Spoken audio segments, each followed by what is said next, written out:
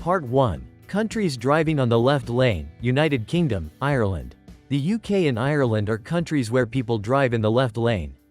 I traveled in the UK and Ireland with a car rented in London, and also traveled in France and the Barcelona area of Spain with a car rented in Paris. The reason for renting separate cars was because I arrived in London and returned from Paris.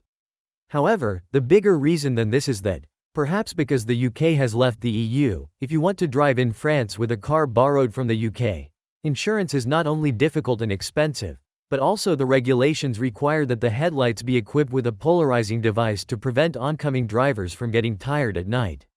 Driving on the left lane can be unfamiliar for people from my country, the Rock. Therefore, when renting a car in the UK, it's preferable to have an automatic transmission. It can be quite disconcerting to navigate unfamiliar roads and also have to operate gears with the left hand until you become accustomed to it. Day 1, April 2nd, Sunday, it's the first day of the trip. On the plane, I read a travel book, England, written by Nikos Kazantzakis. This travelogue, written from the great writer's perspective, is quite extraordinary.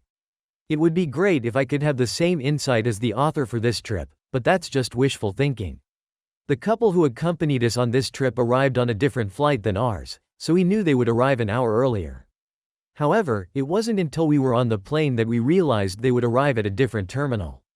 We had to take a train that shuttled between terminals to reach the other terminal at the airport. Although the terminal structure at the airport was quite distant and complex, knowing the layout of Heathrow Airport for future reference proved to be helpful for the next visit. The trains shuttling between terminals and those coming into the city from the airport are essentially the same in structure, but to catch the train to the city, you have to go to the platform marked Underground, and for inter-terminal transfers, you have to follow the arrows marked Terminal. It was a good decision to choose a hotel near the airport considering the arrival time this late in the evening.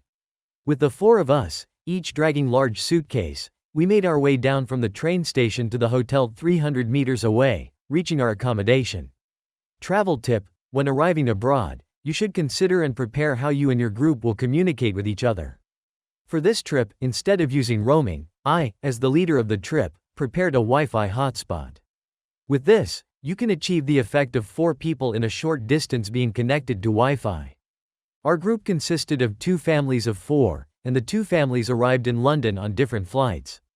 Therefore, we needed to ensure communication methods until the 2 families met. As promised in advance, we decided to connect to the airport's Wi-Fi upon arrival. Even without phone roaming, connecting to Wi-Fi allows communication through the KakaoTalk messaging app.